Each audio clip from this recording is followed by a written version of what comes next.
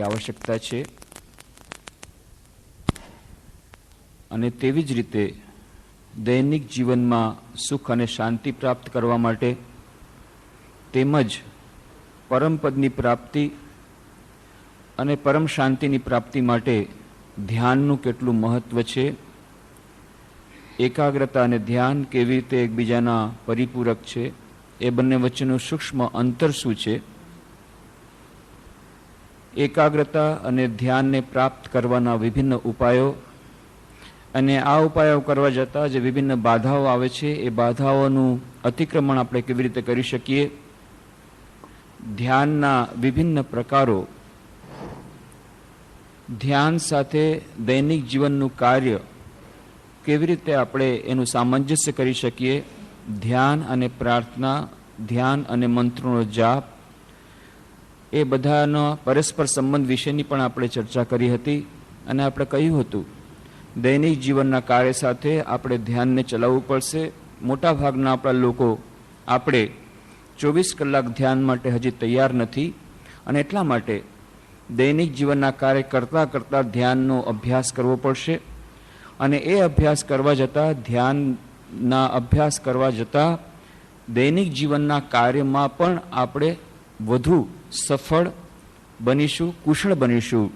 યોગ કર્મસુ કૌશલમ, એની આપણે વાત કરી હતી કે આપણા મનમાં એક જે કમ્પાર્ટમેન્ટલાઇઝેશન થઈ ગયું છે કે આધ્યાત્મિક જીવન અને વ્યવહારિક જીવન એ બંને જુદા જુદા છે, એ કલ્પના આપણે કાઢી નાખવી પડશે.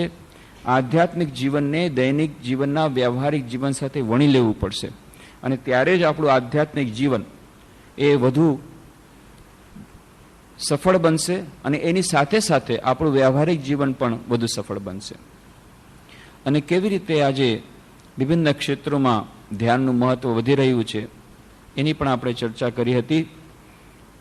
ફક્ત દૈનિક જીવનમાં શાંતિ પ્રાપ્તિ માટે નહીં, ફક્ત પરમપદની શાંતિ માટે જ નહીં, પણ બોડી માઇન્ડ રિલેશનશિપ, એ દેહ અને મનની પરસ્પરનો સંબંધ, એ વિશે કેટલી ગવેષણાઓ થઈ ગઈ.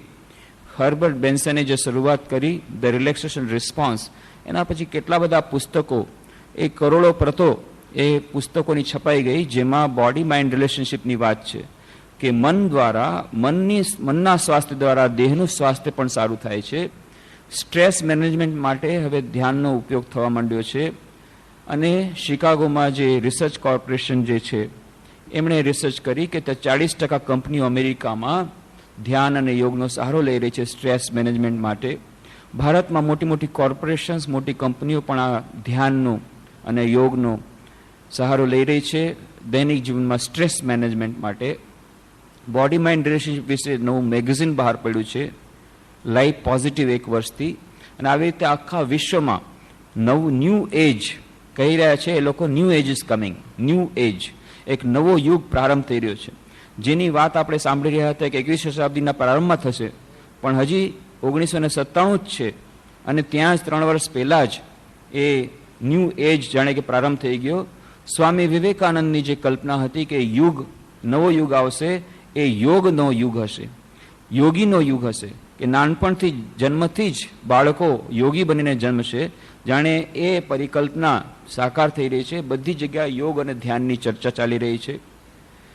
એક સર્વે કરવામાં આવ્યો છે અને એ પ્રમાણે અમેરિકામાં 40% લોકો હવે ઓલ્ટરનેટિવ મેડિસિનમાં માને છે. હોમિયોપેથી, એલોપેથી, આયુર્વેદિક, એ બધા જ માનતા હતા. એલોપેથીમાં જ વધુ માનતા હતા ત્યારે લોકો, પણ હવે ઓલ્ટરનેટિવ મેડિસિનમાં માનતા થયા છે કે વૈકલ્પિક ચિકિત્સા. ફક્ત એલોપેથીમાં હવે વિશ્વાસ નથી અને વિશેષ કરીને આ યોગ અને ધ્યાન દ્વારા મનના સ્વાસ્થ્ય દ્વારા શારીરિક સ્વાસ્થ્ય સુધારવું. અને હવે મોટા ભાગના ડિઝીઝીસ કહે છે સાયકોસોમેટિક ડિઝીઝ છે, ખાસ કરીને હૃદયના રોગ, પેટના રોગ, આ ઘણા બધા રોગોનું એ લોકોએ તારતમ્ય કાઢ્યું કે એ મનના સ્વાસ્થ્ય ઉપર નિર્ભર છે. અને એટલા માટે મનના સ્વાસ્થ્ય દ્વારા, ધ્યાન દ્વારા એ લોકો ઘણા બધા રોગોનું નિર્મૂળ કરી રહ્યા છે. તો ઓલ્ટરનેટિવ મેડિસિન, તાજેતરમાં એક કોન્ફરન્સ યોજાઈ ગઈ દિલ્હીમાં અને એ કોન્ફરન્સ છે first world polypathy congress. First world polypathic congress એમાં આખા વિશ્વના મહાન મહાન વિદ્વાનો બધા આવ્યા હતા. અમે લોકોએ ચર્ચા કરી આ પોલિપેથી વિશે, અને ટૂંક સમયમાં કદાચ દિલ્હીમાં પહેલી પોલિપેથી હોસ્પિટલ શરૂ થશે, જેમાં 100 જાતની ચિકિત્સાઓ, વૈકલ્પિક ચિકિત્સા વ્યવસ્થા હશે. અત્યાર સુધીની મોટાભાગની હોસ્પિટલમાં એક જ ચિકિત્સા હોય છે, કઈ? એલોપેથી. કોઈ જગ્યાએ હોમિયોપેથી, કોઈ જગ્યાએ આયુર્વેદિક. હવે આ પોલિપેથી જે હોસ્પિટલ હશે એમાં 100 પ્રકારની પેથી હશે. એમાં મેગ્નેટિક થેરેપી આવી જાય છે, મેડિટેશન આવી જાય છે, રીકી મેથડ આવી જાય છે, યુનિવર્સલ એનર્જી મેથડ આવી જાય છે. કેટલા બધા જાતના નવા નવા એ ઉપાયો છે જેના દ્વારા એ લોકો રોગો દૂર કરી રહ્યા છે. નેચરોપેથી, આ બધા મળીને 100 જાતના વૈકલ્પિક ચિકિત્સાની વ્યવસ્થા એ હોસ્પિટલમાં રહેશે. તો આવી રીતે નવા નવા પ્રયોગો થઈ રહ્યા છે. તાજેતરમાં સિડનીમાં, ઓસ્ટ્રેલિયામાં એક કોન્ફરન્સ યોજાઈ ગઈ, ઇન્ટરનેશનલ કોન્ફરન્સ ઓન યોગા, અને એમાં લગભગ 2000 મોટા મોટા ડોક્ટરો, સાયન્ટિસ્ટોએ ભાગ લીધો, અને એનો વિષય હતો yoga and science for the 21st century. અને એમાં એ લોકોએ તારતમ્ય કાઢ્યું કે અત્યારે સાયન્સને યોગની વધારે જરૂર છે, આ બંનેના સમન્વયની વધારે જરૂર છે. તો જાણે આખા વિશ્વમાં એક લહેર આવી રહી છે, યોગ અને ધ્યાનને માટે લોકો તત્પર થઈ રહ્યા છે. પણ આપણે જેમ કહ્યું કે આ યોગ ફક્ત દૈહિક સ્વાસ્થ્ય માટે નથી, એના ઘણા બધા ઉપાય છે. છેવટે તો આપણે જે ધ્યાન કરવા માંગીએ છીએ આધ્યાત્મિક જીવન માટે આપણને પરમપદ, પરમ શાંતિની પ્રાપ્તિ લઈ જાય. માં શારદા દેવી કહે છે એક બીજો પણ ઉપયોગ છે, એક મહત્વનો લાભ છે ધ્યાન દ્વારા, કે ધ્યાનના ક્ષણોમાં જ્યારે આપણે બેસીએ છીએ સાંજે, ત્યારે આખા દિવસનો કાર્યક્રમ આવી જાય છે કે આખા દિવસમાં આપણે શું કર્યું. ધ્યાનના ક્ષણોમાં આપણને ખબર પડે છે, એક જાતનું સેલ્ફ એનાલિસિસ થાય છે કે આપણે ક્યાં જઈ રહ્યા છીએ, શું કરી રહ્યા છીએ. જે લોકો હાઈપર એક્ટિવ હોય છે એ લોકો કામ તો ખૂબ કરે છે, ખૂબ સ્પીડથી કરે છે, પણ ખબર નથી કે ગાડી કઈ દિશામાં જઈ રહી છે. જે આપણે ઉદાહરણ આપ્યું હતું ઝેન સ્ટોરીનું, કે ઘોડા ઉપર જે પૂરપાટ દોડ્યો છે ઘોડો, અને પૂછવામાં આવે છે ઘોડેસવારને, તમે ક્યાં જઈ રહ્યા છો? અને ત્યારે ઘોડેસવાર કહે છે કે મને પૂછોમાં, તમે આ ઘોડાને પૂછો, મને ખબર નથી. ઘોડો જઈ રહ્યો છે ફૂલ સ્પીડથી જઈ રહ્યો છે, ગાડી આપણી ફૂલ સ્પીડથી જઈ રહી છે. કોઈને પણ તમે પૂછો, એકદમ જરાય ટાઈમ નથી. 2 કે 3 જાતના બિઝનેસ છે, બધાને સાઈડ બિઝનેસ છે, મેઇન બિઝનેસ છે, બ્રાન્ચેસ ખુલી ગઈ છે, સવારથી સાંજ સુધી દોડાદોડ કરી રહ્યા છે, સમય નથી.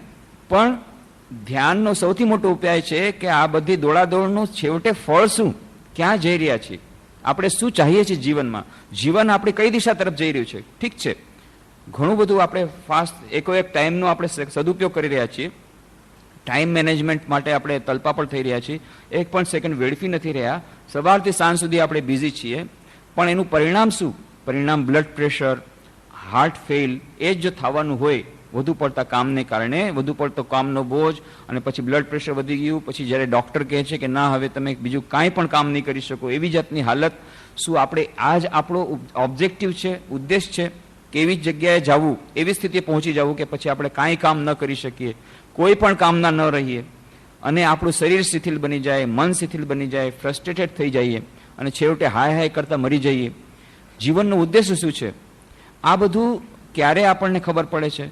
ધ્યાનના ક્ષણોમાં શાંતિથી જ્યારે આપણે ઇન્ટ્રોસ્પેક્શન કરીએ છીએ, સેલ્ફ એનાલિસિસ. એટલે શ્રીમાં શારદા દેવી કહે છે ધ્યાનનો સૌથી મોટો ઉપયોગ છે, આ એક મોટો ઉપયોગ છે કે આપણને ખબર પડે છે આપણે કઈ દિશા તરફ જઈ રહ્યા છીએ. અને ખાસ કરીને શ્રી રામકૃષ્ણ દેવ કહે છે કે ધ્યાન કરવું વનમાં, મનમાં અને ખૂણામાં. તો વનમાં તો ધ્યાન આપણા બધા માટે, મોટા ભાગના લોકો માટે શક્ય નથી, એટલા માટે મનમાં ધ્યાન કરી શકીએ, ખૂણામાં ધ્યાન કરી શકીએ, એક ઓરડો કરી શકીએ, નાનકડો ઓરડો અલગ રાખી શકીએ. નાનકડો ઓરડો જો પણ સંભવ ન હોય તો ઘરમાં એક નાનકડો ખૂણો હોય, પવિત્ર સ્થાન એવું કે જ્યાં આપણે ધ્યાન કરી શકીએ. પણ વચમાં જો આપણે વનમાં જઈ શકીએ, વનમાં જવું એટલે ફક્ત વનમાં જવું નહીં, પણ એકાંત જગ્યાએ જવું, આપણા દૈનિક જે કાર્યો છે એની ઘટમાળમાંથી બહાર આવવું, આપણા દૈનિક જે માનવ સંબંધો છે એમાંથી બહાર આવવું, આપણા દૈનિક જે વિભિન્ન પ્રકારના બંધનો છે એ બંધનોમાંથી બહાર આવી તો પછી ઇન્ટ્રોસ્પેક્શન સારું થાય છે. પણ એ આવવું તો આપણા માટે બહુ જ કઠિન છે. તો એટલા માટે ભક્તો કહે છે શ્રી રામકૃષ્ણને કેટલા દિવસ આવવું પડે? તો શ્રી રામકૃષ્ણ જેટલા દિવસ તમે ચાહો. 1 મહિનો તરત જ મોઢું પડી ગયું, 15 દિવસ મોઢું પડી ગયું, 7 દિવસ, કમને 3 દિવસ નહીં તો કમસે કમ 1 દિવસ માટે જાઓ. 1 દિવસ માટે પણ પોતાના જે માનવ સંબંધો અલગ જગ્યાએ જઈ અને કરો. આનું નામ છે રિટ્રીટ. તો આની માટેની ખૂબ આવશ્યકતા છે. તો હમણાં એવો લાભ મળ્યો હિમાલય જવાનો. તો બધાની ઈચ્છા હતી કે આ હિમાલયના પ્રવાસનું વર્ણન કરો. તો પાછલે વખતે આપણે પાછલા રવિવારે એ અલ્મોડાની યાત્રાનું વર્ણન કર્યું હતું. અને બધા એની ઈચ્છા છે કે આ બધી જગ્યાએ કેવી રીતે જવું એનું પણ થોડુંક માહિતી આપી દો. તો સૌથી પહેલા તો શ્રી રામકૃષ્ણ જ્યોતનો દીપોત્સવી અંક આ વર્ષનો 1986નો એ વાંચી લેવો. એમાં એક આર્ટિકલ છે, લેખ છે, હિમાલયની ગોદમાં વસેલા આધુનિક શાંતિધામો. હિમાલયની ગોદમાં વધેલા આધુનિક શાંતિધામો એ નામનો લેખ છે. એ લેખમાં ત્રણેયનું વર્ણન છે. જ્યારે પણ જવું ત્યારે મોટા ભાગના લોકો ત્રણેય ધામો એકસાથે કરે છે. બીજી જગ્યાએ પણ તમે હિમાલયમાં જાઓ, ઘણી જગ્યાએ જવું હોય, તમે ક્લબ કરી દો, તમારે નૈનીતાલ જવું છે તો અલ્મોડાની સાવ બાજુમાં છે. પછી તમારે હિમાલયમાં ત્યાંથી જવું છે બદ્રીનાથ, કેદાર, ગંગોત્રી, જમનોત્રી બધું જવું છે તો જાઓ. પણ અલ્મોડા, માયાવતી અને શ્યામલા તાલ એક સર્કિટ છે. તો જેમ કે દિલ્હી સુધી તો અહીંયાથી ડાયરેક્ટ ટ્રેન જ છે. દિલ્હીથી ત્યાં ટનકપુર સુધી બसेस જાય છે. ટેક્સી પણ તમે લઈ શકો, ડાયરેક્ટ બसेस પણ છે. રાતની બસ છે પણ જરાક સ્ટ્રેનવસ છે. સારી બસ, કોઈ કમ્ફર્ટેબલ બસ થોડીક કોઈ મળી જાય અને તો ટેક્સી પણ ચાલે. ટનકપુર એ જાણે કે બેસ છે, એ સમુદ્રના લેવલમાં છે. એની બાજુમાં શારદા નદી વહે છે. નદીનું નામ છે શારદા, એટલે બધાને યાદ રહેશે. શારદા નદી વિશાળ નદી, મહાસમુદ્ર લાગે. શ્યામલા તાલ આશ્રમથી તમે જુઓ, એક પોઈન્ટ છે ત્યાંથી શારદા નદી દેખાય. એ દૃશ્ય ક્યારે ભૂલાય નહીં. મહાસમુદ્ર. અને ત્યાંથી નેપાળની બોર્ડર દેખાય છે. બ્રિજ છે, એ બ્રિજ શારદા નદી ઉપર જે છે બ્રિજ છે એ ભારત અને નેપાળને કનેક્ટ કરે છે. અને સામે જ નેપાળ છે, આખું નેપાળ તમને દેખાશે ત્યાં શ્યામલા તાલ આશ્રમમાંથી. તો ટનકપુર જે છે એ નદીના તટ પર, એટલે કે સમુદ્ર લેવલ પર છે. ત્યાંથી પછી પહાડોની હારમાળા શરૂ થાય છે ટનકપુરથી. ટનકપુર સુધી ત્યાં સુધીની બધી બसेस આવે.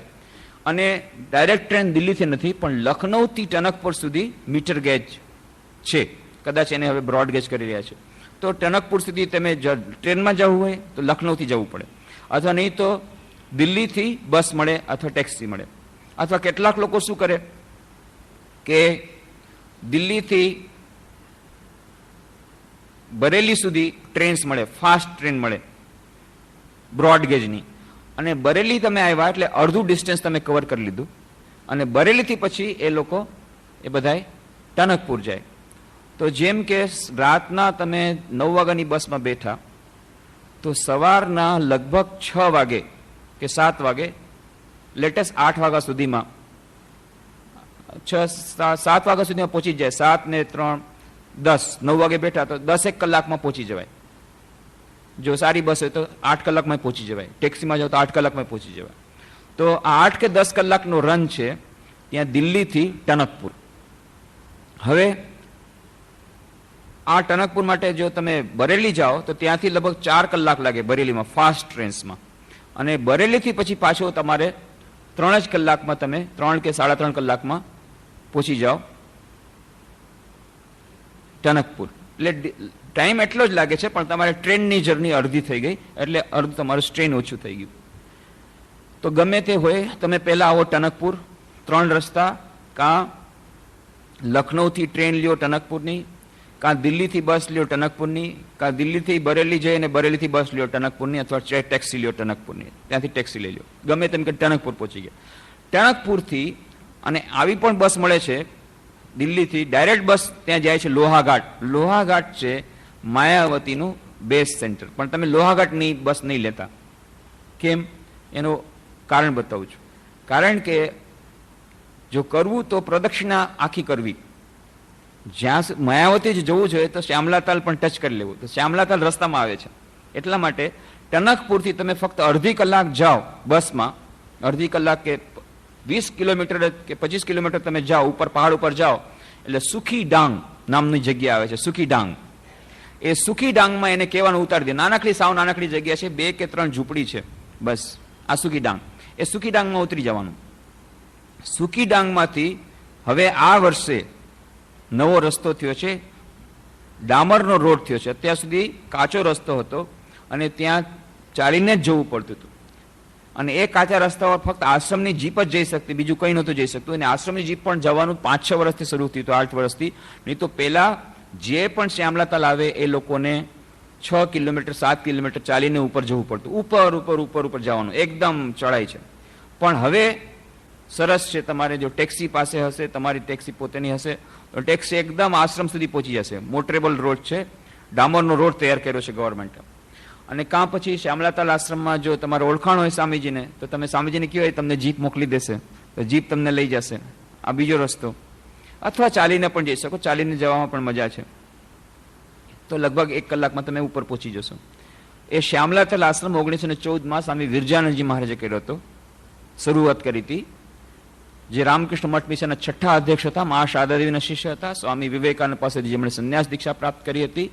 અને એ આશ્રમ જેટલો એકલવાયો છે એટલો કોઈ પણ આશ્રમ અમારો નથી. રામકૃષ્ણ મઠ મિશનના બહુ જ ઓછા સેન્ટર છે, ભાગ્ય જવલ્લે જ કોઈક એવા સેન્ટર હશે ગામડાના કે જેમાં ઇલેક્ટ્રિસિટી નહીં હોય. શ્યામલાતાલમાં હજી ઇલેક્ટ્રિસિટી નથી આવી. એટલે સાંજ પડે એટલે તમને લાગે કે એકદમ નવી દુનિયામાં આવી ગયા, એકદમ ગાઢ અંધકાર. કોઈ અને શાંતિ તો દિવસના ભાગે પણ તમને હૃદયના ધબકારા સંભળાય, તો રાતના તો તમે સમજી શકો છો શું સંભળાય. ફક્ત કોઈક જંગલી જાનવરોની ચીસ ક્યારેક સંભળાય, કોઈક પક્ષીઓનો એકાદ કલબલાટ સંભળાય, ક્યારેક ક્યારેક હવા આવે તો ઝાડના પત્તા થોડાક હલે તો હલે, અને તો એકદમ સ્તબ્ધ અને પોતાના હૃદયના ધબકારા સંભળાય. એટલી શાંતિ દિવસના ભાગમાં. રાતની તો વાત જ જવા દો. અને એ લગભગ 4500 ફીટ ઊંચાઈ પર છે. તો શ્યામલા તાલની વાતો પછી કરીશ. એનું નામ કેવી રીતે પડ્યું? શ્યામલા તાલ. તાલ એટલે તળાવ. એનું નામ હતું શ્યામલા. અને વિરજાનંદજી મહારાજનું નામ શ્યામલા તાલ પડ્યું કારણ તાલ તળાવ ત્યાં છે. નીલ રંગનું પાણી એમાં છે, સુંદર તળાવ છે નીચે જ. અને એ તળાવની ઉપરના પહાડ ઉપર જ આશ્રમ છે, એકદમ એકલવાયો આશ્રમ. બધી કુટિયાઓ છે અને એનું ડિસ્ક્રિપ્શન નથી શકે, એ વર્ણનાતીત છે એની એ જગ્યા. તો લગભગ સમુદ્ર તળથી 4500 ફીટ. અને ત્યાંથી બનફુલ પોઈન્ટમાં તમે જાઓ, તો એ બનફુલ પોઈન્ટ ત્યાંથી હજી એક પહાડ ઉપર જવાનું આશ્રમથી તરફ. લગભગ અડધી કલાક તમે ચાલો એટલે એ બનફુલ પોઈન્ટ ત્યાં છે, પણ એ આશ્રમનો જ ભાગ છે, પણ ઊંચી જગ્યા છે.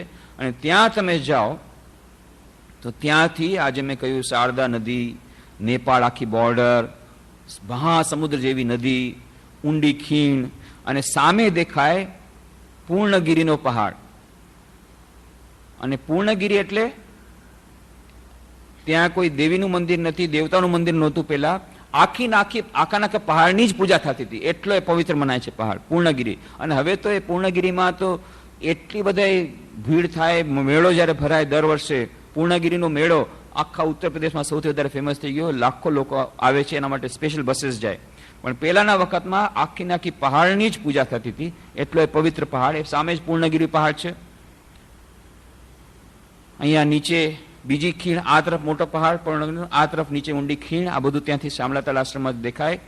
એકદમ નીરવ નાનકડી હોસ્પિટલ છે, એ નામ છે વિવેકાનંદ આશ્રમ શ્યામલાતાલ. 3 કે 4 સ્વામીજીઓ છે, ગોશાળા છે. એક સ્વામીજી ગોશાળા જુએ, એક સ્વામીજી હોસ્પિટલ જુએ, અને એક સ્વામીજી આ બાકી બધું ઓફિસનું ને બધું સંભાળે, 2-3 નોકર. અને ત્યાંથી વસ્તી છે નીચે, એ તમે જો ચાલીને જાઓ તો વચમાં 3-4 નાના ગામડા આવશે. તો જે વસ્તી છે 3 કે 4 કિલોમીટર દૂર એક વસ્તી છે, 2 કિલોમીટર દૂર નીચે વસ્તી છે. નાનકડી સ્કૂલ છે શ્યામલાતાલ આશ્રમ, 2 કિલોમીટર જે વસ્તી છે એમાં નાનકડી સ્કૂલ પણ છે, ત્યાં નાના બાળકો ભણે. તો એ શ્યામલાતાલ આશ્રમમાં સૌથી પહેલા તમે જાઓ તો શું થશે, પાછું તમારે નહીં આવવું પડે. તો જતી વખતે આ ટનકપુરથી સુકીડાંગથી ચડીને ગયા શ્યામલાતાલ આશ્રમ. શ્યામલાતાલ આશ્રમથી તમે નીચે આવ્યા, અને નીચે આવીને પછી ત્યાંથી પાછી બસ અથવા જે ટેક્સી તમારી હોય તે લઈ અને ત્યાંથી જાઓ લોહાઘાટ. આ લોહાઘાટ એ છે માયાવતી માટેનો દ્વાર. ત્યાંથી પછી મોટો પહાડ શરૂ થાય માયાવતીનો. 9 કિલોમીટર તમારે ચાલવું પડે. લોહાઘાટ યાદ રાખવાનું, પિથોરાગઢ ડિસ્ટ્રિક્ટમાં છે. હવે લોહાઘાટની નવી ડિસ્ટ્રિક્ટ બનવા માટેના ચંપાવત ડિસ્ટ્રિક્ટ બનવાના પ્રયત્નો ચાલી રહ્યા છે, એજિટેશન ચાલી રહ્યું છે. એની બાજુમાં ચંપાવત છે, ચંપાવતને આખી નવી ડિસ્ટ્રિક્ટ કરવા માટે અત્યાર પૂરતું તો એ પિથોરાગઢ ડિસ્ટ્રિક્ટ છે. એટલે ત્યાંથી લગભગ 30 કે 30 માઇલ દૂર પર છે, શ્યામલા તાલથી 30 માઇલ દૂર છે લોહાઘાટ. એટલે લગભગ 2.5 કલાકમાં તમે 3 કલાકમાં બસમાં પહોંચી જાઓ, ટેક્સી હશે તો 2 કલાકમાં પહોંચી જશો. લોહાઘાટ જ્યારે આવ્યા ત્યારે લોહાઘાટથી નવો મોટરેબલ રોડ, બહુ સુંદર રોડ છે, એ માયાવતી જવા માટે. અને એ માયાવતી જે સ્વામી વિવેકાનંદે સ્થાપના કરી, એ લગભગ 5,500 ફૂટની એની હાઈટ છે સમુદ્ર લેવલથી. આની 4,500 ફીટ અને આની છે 6,500 ફીટ માયાવતીની, અને અલબોડાની છે 5,500 ફીટ. આ બધા સી લેવલની હાઈટ. ત્રણેય જગ્યાએ ખૂબ જ ઠંડી પડે, અને એટલા માટે જવાનો ટાઈમ છે ત્યાં એપ્રિલ અને મે અથવા સપ્ટેમ્બર અને ઓક્ટોબર. ઓક્ટોબર પછી એકદમ બરફની વર્ષા શરૂ થઈ જાય, બરફ પડવાનો શરૂ થઈ જાય, તો ઠેઠ માર્ચ સુધી બરફ પડે. અને પછી એપ્રિલ અને મે, પછી જૂન 15 તારીખથી પછી જોરદાર વર્ષા થાય. તો જુલાઈ, ઓગસ્ટ એ 2-3 મહિના તો ખૂબ જ વરસાદ રહે. હું જ્યારે ગયો અત્યારે, ત્યારે માયાવતીમાં મિનિમમ ટેમ્પરેચર હતું 10 ડિગ્રી સેન્ટીગ્રેડ, મેક્સિમમ હતું 20 ડિગ્રી સેન્ટીગ્રેડ. અને વડોદરા આવ્યો ત્યારે મિનિમમ હતું 22 ડિગ્રી સેન્ટીગ્રેડ.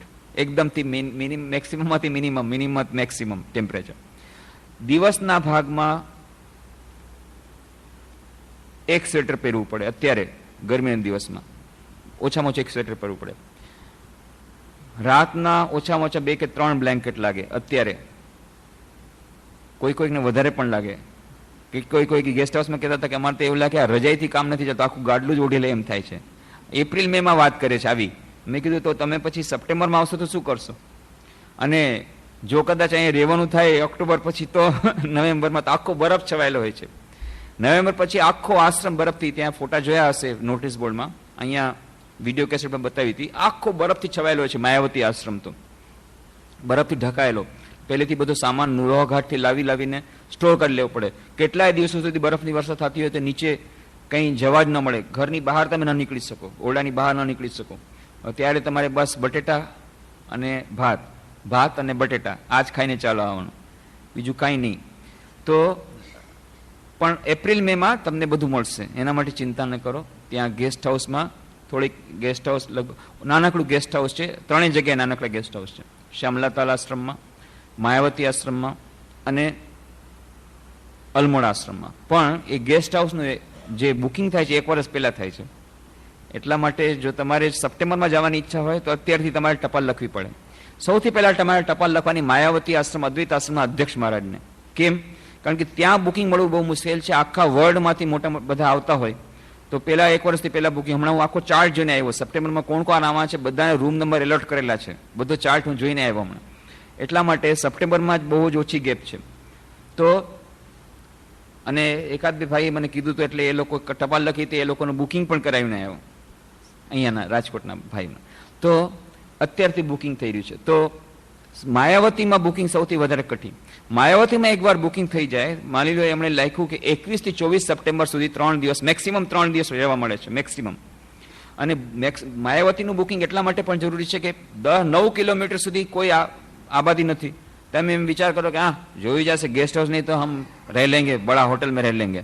ઘણા લોકો કહે છે. મેં કીધું હોટલ ભૂલી જાઓ, પાસે કોઈ ગામડું નથી, કોઈ નાનકડી એક છત્રછાયા પણ નથી કે વરસાદ પડે અચાનક, ક્યારે વરસાદ પડે કહેવાય નહીં, કે તમને છેક 9 કિલોમીટર સુધી પલળતા જ આવવું પડે.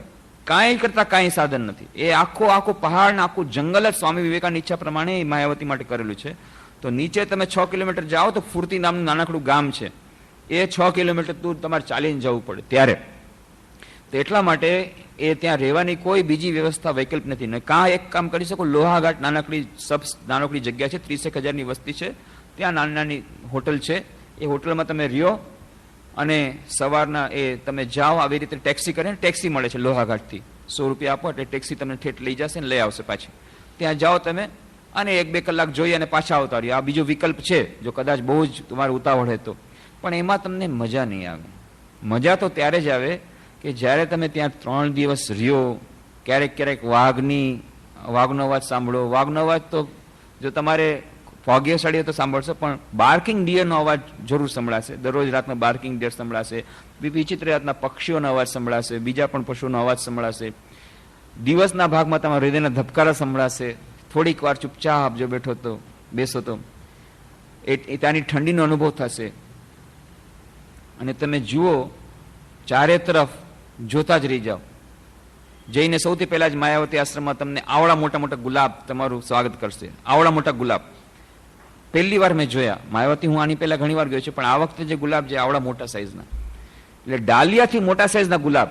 ડાલિયા જે મોટા હોય છે આપણે જોઈએ છીએ, ડાલિયા તો હોય જ, પણ ડાલિયાની સાઈઝના ગુલાબ પહેલી વાર જોયા માયાવતીમાં. અને વિભિન્ન જાતના, કેટલી જાતના પુષ્પો, કેટલી જાતના વૃક્ષો, ખાસ કરીને ઓક, પાઇન અને દેવદાર, આ 3 વૃક્ષો મેઇન છે. અને ઘટાઘટ જંગલ, અને કેટલી જાતના પુષ્પો, કેટલી જાતના પક્ષીઓ વિચિત્ર જાતના અવાજ કરતા. આપણને એમ લાગે કે બોલી રહ્યા છે. કેટલાક લોકો, અમારા બ્રહ્મચારી લોકોને તો બહુ ફર્ટાઇલ બ્રેન હોય, તો બધું લખીને રાખે, આ શું બોલી રહ્યા છે, પોતાની મેળે કે આ કે છે how are you, good night, જય રામકૃષ્ણ, આ બધું એ લોકો લખીને રાખે છે પોતાની મેળે, કે આ પક્ષી આમ બોલે છે, એ લોકોને એમ સંભળાય, પણ એ એકદમ પિક્યુલર ટોનમાં બધું બોલે. તો એ વિચિત્ર જાતના પક્ષીઓ અને એ દિવસના ભાગમાં જે ઠંડી, એ બધા એનો તો તમે 3 દિવસ સુધી રહ્યો. અને ઘણી બધી વસ્તુઓ ત્યાં જોવાલાયક છે. અને ત્યાં એટલે ગેસ્ટ હાઉસમાં તમે 3 દિવસ માટે એના માટે તમે નક્કી કરી લ્યો. એના પછી માન લ્યો 21 થી 24 તમારા સપ્ટેમ્બર માન લ્યો તમને દિવસો આવ્યા, તો પછી તમે શ્યામલા તાલ આશ્રમના અધ્યક્ષ મારે લખો, ભાઈ 21 તારીખે મારે માયાવતી પહોંચવાનું છે, એટલે હું 19 તારીખે દિલ્હીથી લીખે, એટલે 19 અને 20 2 દિવસ અથવા 1 દિવસ અમને શ્યામલા તાલ રહેવા માટે આપો. તો આવી રીતે એની પહેલાનો 1-2 દિવસ તમે લઈ લ્યો, કનેક્ટેડ કરી લ્યો, કે જેથી તમારે આવી રીતે તમારે 21 તારીખે પહોંચવાનું હોય તો તમે 20 તારીખે તમે શ્યામલા તાલ આશ્રમમાં રાતના રોકાઈ શકો. એ માટેની વ્યવસ્થા પહેલાથી આશ્રમમાં કહી દો, તો એ લોકો તમારા માટે વ્યવસ્થા કરશે. અને જો તમે એ કહેશો તો 20 તારીખે કદાચ તમે એક્ઝેક્ટ ટાઈમ આપો તો એ લોકો કદાચ ગાડી પણ મોકલાવે તમને ત્યાં સુખી ડાંગથી ઉપર લઈ જવા માટે. પછી અને 24 તારીખે જો તમારે માયાવતીથી નીકળવાનું હોય તો તમે ત્યાંથી પછી 4 જ કલાકનો રસ્તો છે બસમાં અથવા ટેક્સીમાં. ટેક્સીમાં 3 જ કલાક 3.5 કલાક લાગે, ને બસમાં 5 કલાક લાગે અલ્મોડા સીધા. અને અલ્મોડાના પછી તમે ગેસ્ટ હાઉસનું બુકિંગ કરાવી લ્યો. અને પછી અલ્મોડાથી તમે આ પ્રદક્ષિણા થઈ ગઈ, આખો કુમાઉ પહાડ, તમે કુમાઉનું રાજ્ય તમે ફરી લીધું. ટનકપુરથી ગયા તમે, દિલ્હીથી ગયા ટનકપુર, ટનકપુરથી તમે ગયા શ્યામલા તાલ, શ્યામલા તાલથી ગયા માયાવતી, માયાવતીથી ગયા અલ્મોડા, અલ્મોડાથી પછી સર્કિટ કમ્પ્લીટ કરીને દિલ્હી આવતા રહ્યો. અથવા અલ્મોડાથી તમે ત્યાં બરેલી જઈ શકો, બરેલીથી પછી લખનઉ જઈ શકો, અથવા અલ્મોડાથી ડાયરેક્ટ પણ લખનઉ જઈ શકો. અલ્મોડાથી એક બીજી વાત છે કે ત્યાંથી કાઠગોદામ પણ જઈ શકાય. કાઠગોદામ નિયરેસ્ટ રેલવે સ્ટેશન, ત્યાંથી લગભગ 1.5-2 કલાક લાગે બસમાં, ટેક્સીમાં 1.5 કલાક, બસમાં 2-2.5 કલાક. હંમેશા વિચાર કરવાનો, પહાડમાં જ્યારે તમે જાઓ ત્યારે માઇલ નહીં જોવાના. આપણને લાગે અહીંયાથી તો 30 જ માઇલ છે કાઠગોદામ, તો 1 કલાક, અહીંયા તો 30 કલાક, 30 માઇલ આપણે પહોંચી જઈએ 1 કલાકમાં, એટલે 1 કલાકમાં પહોંચી જશું. એ વાત નથી. એ પહાડમાં જ્યારે જાય ત્યારે એમાં ઘણો ટાઈમ લાગે. એટલે એની સ્પીડ ત્યારે 15 કે 20 કિલોમીટર પર અવરની જ સમજી લેવાની પહાડમાં જ્યારે જાય ત્યારે. એટલે આપણું ડિસ્ટન્સ ત્યારે કામ નહીં કરે. એટલા માટે અને ત્યાંની બसेस, ઉત્તર પ્રદેશની બसेस, એ બસવાળા પણ હમણાં કોઈકને ઉતારશે, કોઈકને ચડાવશે, કેટલાને ચડાવશે, કેટલી જગ્યાએ ઉતારશે, એ લોકોની પોતપોતાની રિવાજ છે ત્યાંના બસનો. એ બિલકુલ જેને કહેવાય ડેમોક્રેટિક બसेस છે બધી. એટલા માટે તમારે જો ટેક્સીમાં હો તો તમે જો 1.5 કલાક લેતા હો તો બસના 3 કલાક પકડી લેવાના, મિનિમમ 3-3.5 કલાક. જેમ કે આ વખતે હું ગયો તો કાઠગોદામ, ત્યાં રેલવે સ્ટેશન, એટલે દિલ્હીથી કાઠગોદામ ડાયરેક્ટ ટ્રેન છે. અને કાઠગોદામથી રાતના પાછી તમને ટ્રેન મળી જાય દિલ્હી માટે, રાનીખેત એક્સપ્રેસ. તો હું ત્યાં દિલ્હીથી ગયો તો વખતે રાતના 9:30 વાગે ઓલ્ડ દિલ્હીથી નીકળ્યો, સવારના 6 વાગ્યામાં કાઠગોદામ. અને કાઠગોદામથી પછી 7 વાગે, 7:30 વાગે ત્યાંથી બસ મળી, 11:30 વાગે અલ્મોડા. જેમ મેં કહ્યું, ડાયરેક્ટ તમારે આકાશવાણી પાસે ઉતરવું છે એમ કહી દેવું તો અલ્મોડા ઉતારી દેશે. અથવા અને આવતી વખતે પણ એવી જ રીતે કર્યું, રાતના ત્યાંથી 9:45 વાગે ટ્રેન મળે, એ જ રાનીખેત એક્સપ્રેસ, સેમ ટ્રેન કાઠગોદામથી સવારના 5 વાગ્યામાં તમે પહોંચી જાઓ ઓલ્ડ દિલ્હી સ્ટેશન. તો તો આવી રીતે ત્યાંથી અલ્મોડાથી કાં તો તમે દિલ્હી આવો બાય બસ અથવા ટેક્સી, અથવા તમે લખનઉ આવો, અથવા તમે બરેલી આવો, અથવા તો કાઠગોદામ થઈને ટ્રેનમાં તમે દિલ્હી આવો, જેવી રીતે તમારે આવવું હોય એવી રીતે. પણ આવો રૂટ લઈ લ્યો. કાં તમે અહીંયાથી દિલ્હી, દિલ્હીથી અલ્મોડા, અલ્મોડાથી માયાવતી, માયાવતીથી શ્યામલાતાલ, શ્યામલાતાલથી દિલ્હી, આવો રૂટ લઈ લ્યો. આમ ડાબેથી આમ પ્રદક્ષિણા કરો અથવા જમણેથી પ્રદક્ષિણા કરો. પણ આ સર્ક્યુલર રૂટ લેવાથી તમારો ટાઈમ પણ ઓછો લાગશે, પહાડમાં વધારે ફરવું નહીં પડે, ટાઈમ પણ ઓછો લાગશે, સ્ટ્રેન ઓછું થશે, ઓછા દિવસમાં વધારે જોવાઈ જશે. તો આ વખતે જે હું અલ્મોડા ગયો હતો, તો અલ્મોડાની મેં વાત કરી હતી કે એવી રીતે આમ તો મુખ્ય ઉદ્દેશ તો હતો, ત્યાં મુખ્ય એ જવા મળ્યું એનું કારણ હતું કે ત્યાં સ્વામી વિવેકાનંદના પ્રત્યાવર્તનની શતાબ્દીની ઉજવણી અને રામકૃષ્ણ મિશન શતાબ્દીની ઉજવણી, એ તો મોટા પાયે સરસ ઉજવણી થઈ ગઈ. એની વાત મેં કરી હતી. 11 તારીખે મોટું ફંક્શન હતું, જુલુસ રહ્યું, અને 14 અને 15 તારીખે યુવા સંમેલન ભાઈઓ અને બહેનો માટે, 16 તારીખે વૃદ્ધો માટે સંમેલન એ શિબિર હતી, અને આવી રીતે પછી 17 તારીખે હું ત્યાંથી નીકળ્યો. અને આ વખતે એટલા માટે બીજે ક્યાંય જવાનું નથી. અને જે 12 અને 13ની જે ગેપ હતી એમાં પણ લગભગ 5 કે 6 સ્કૂલ કોલેજોમાં જવાનું થયું, વિદ્યાર્થી સાથે વાતચીત થઈ, પ્રશ્નોત્તરી થઈ, એટલે એમ આ વખતે બીજે ક્યાંય જવાનું ન થયું. પણ જો તમે જાઓ તો તમારે શું શું જોવાનું? નંબર 1, પહેલા જ આવતી વખતે કાંકરી ઘાટ આવશે. કાંકરી ઘાટમાં એ લોકો બસ રોકશે નહીં, એટલે તમારે કદાચ અલ્મોડા તમે જાઓ તો અલ્મોડાથી અલગ જવું પડશે. ત્યાંથી લગભગ 30 માઇલ દૂર થાય છે, 30 કિલોમીટર દૂર, એટલે 1 કલાક 1.5 કલાકમાં તમે પહોંચી જશો કાંકરી ઘાટ અલ્મોડાથી. એટલે પાછા પણ તમે આવી શકો છો. અલ્મોડા આશ્રમ પહોંચી ગયા પછી એક દિવસે કાંકરી ઘાટનો તમે પ્રોગ્રામ કરી શકો. કાંકરી ઘાટ એ બહુ જ મહત્વનું સ્થાન છે.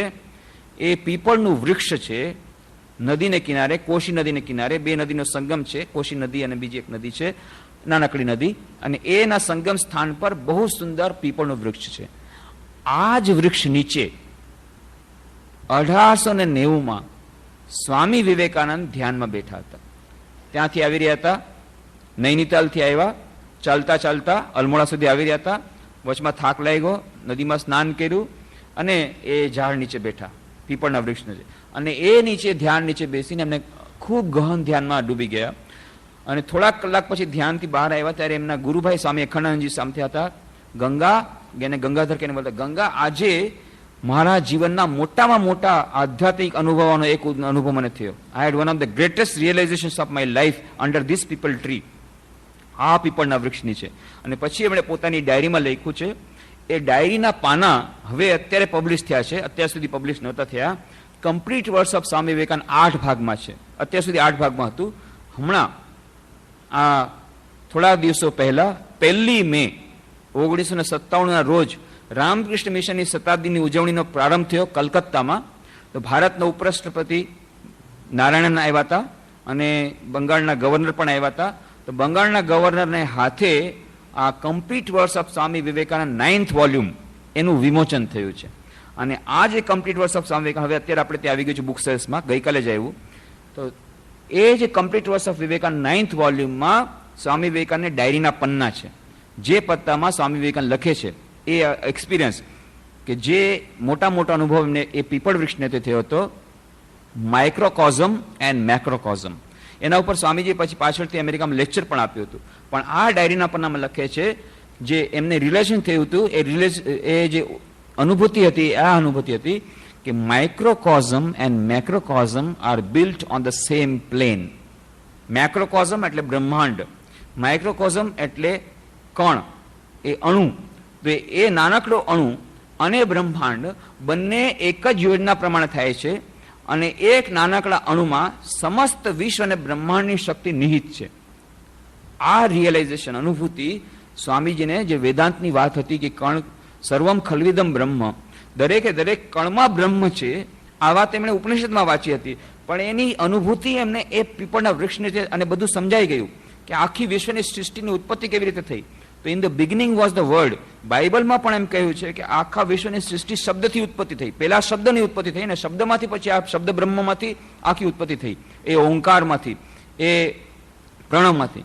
અને એ જ અનુભૂતિ સ્વામીજીને થઈ. અને ત્યારે એમણે પોતાના અનુભૂતિને દ્રષ્ટિએ કહ્યું કે હા, વાત સાચી છે. આપણા શાસ્ત્રોમાં કહ્યું કે બાઇબલમાં જે કહ્યું કે શબ્દ બ્રહ્મમાંથી શબ્દ સમસ્ત વિશ્વ સૃષ્ટિ ઉત્પત્તિ થઈ છે અને સમસ્ત વિશ્વમાં એ વિશ્વ એક જ એ બ્રહ્મ વ્યાપ્ત છે અને દરેકે દરેક કણમાં એ બ્રહ્મ વ્યાપ્ત છે અને દરેકે દરેક એ અણુમાં જે બ્રહ્મ છે એમાં સમસ્ત વિશ્વની શક્તિ નિહિત છે. Microcosm and macrocosm are built on the same plane.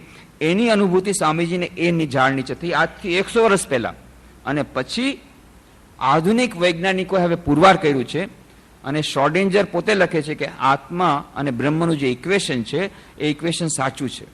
એટલું જ નહીં, હમણાં લેટેસ્ટ જે રિસર્ચ કરી નોબેલ પ્રાઇઝ વિનર જે પાર્ટિકલ ફિઝિક્સમાં ઘણા બધા લોકોએ હવે રિસર્ચ કરીને પુરવાર કર્યું કે પાર્ટિકલ ફિઝિક્સ પ્રમાણે નાનકડા એટમમાં, નાનકડા કણમાં સમસ્ત વિશ્વની શક્તિ નિહિત છે. એને જો તમે બરાબર તમે ડિસઇન્ટિગ્રેટ કરી શકો, સમસ્ત વિશ્વની શક્તિ નિહિત છે. અને જે યોજના પ્રમાણે વિશ્વની સૃષ્ટિ થઈ છે એ જ યોજના પ્રમાણે નાનકડા અણુની, પરમાણુની પણ યોજના. એક નાનકડા પરમાણુની અંદર આખું વિશ્વ વ્યાપ્ત છે. ન સમજાય એવી વાત છે, પણ આની અનુભૂતિ થઈ હતી ને હવે મોડર્ન વૈજ્ઞાનિકોએ એને પુરવાર કર્યું છે. તો એ જે અનુભૂતિ પીપળના વૃક્ષને જે થઈ હતી એ પીપળનું વૃક્ષ આજે પણ છે. એક નાનકડી ઝોપડી છે, ત્યાં આસપાસના ગામડા લોકોને કહી અને એક નાનકડી સમિતિ બનાવવામાં આવી છે અને ત્યાં હવે થોડોક એવી જાતનું એક નાનકડી કોઈ સંસ્થા શરૂ થાય એના પ્રયત્નો ચાલુ છે. શતાબ્દીની ઉજવણીના પ્રસંગે એના પ્રયત્નો હજી ત્યાં થઈ નથી, પણ નાનકડું એક ઝોપડીમાં એ સમિતિની તો નિર્માણ થઈ ચૂક્યું છે. આ છે પીપળના વૃક્ષની છે. એ જગ્યાનું નામ છે કાકરી ઘાટ. અને હજી જ્યારે બસ તમારી જાય એ તમારે કાઠ ગોદામથી અલમોડા સુધી, ત્યારે પહેલાં આવે કાકરી ઘાટ, એટલે કે 30 કિલોમીટર પહેલાં, અલમોડાની પહેલાં જ. અને પછી અલમોડા જે આપણો આશ્રમ છે એ આપણો આશ્રમ છે જે મેઇન બજાર, જે બસ સ્ટેન્ડ છે એનાથી લગભગ 3 કિલોમીટર પહેલાં જ આવી જાય. અને આ આશ્રમના લગભગ 3 કિલોમીટર પહેલાં, એટલે લગભગ 6 કે 7 કિલોમીટર પહેલાં, બસ સ્ટેન્ડની પહેલાં એક જગ્યા ડાબા હાથ તરફ તમને મળશે, સ્વામી વિવેકાનંદ રેસ્ટ હાઉસ. એમાં અલગથી પણ તમે જઈ શકો. અને બાજુમાં જ આખું કબ્રસ્તાન છે, કરબલાનું કબ્રસ્તાન એને કહેવાય છે. એના માટે એનો પણ ઇતિહાસ છે કે સ્વામી વિવેકાનંદ 1890માં જ્યારે આવી રીતે કાકરી ઘાટથી પછી આગળ ચાલ્યા તો ઘણા વખતે ચાલતા હતા. જુલાઈનો મહિનો હતો, થાકી ગયા, મોટો ચઢાઈ છે, બધું ચાલીને ક્યાંથી આવે છે, નૈનીતાલથી ઠેઠ 2 દિવસથી આવી રીતે ચાલી રહ્યા.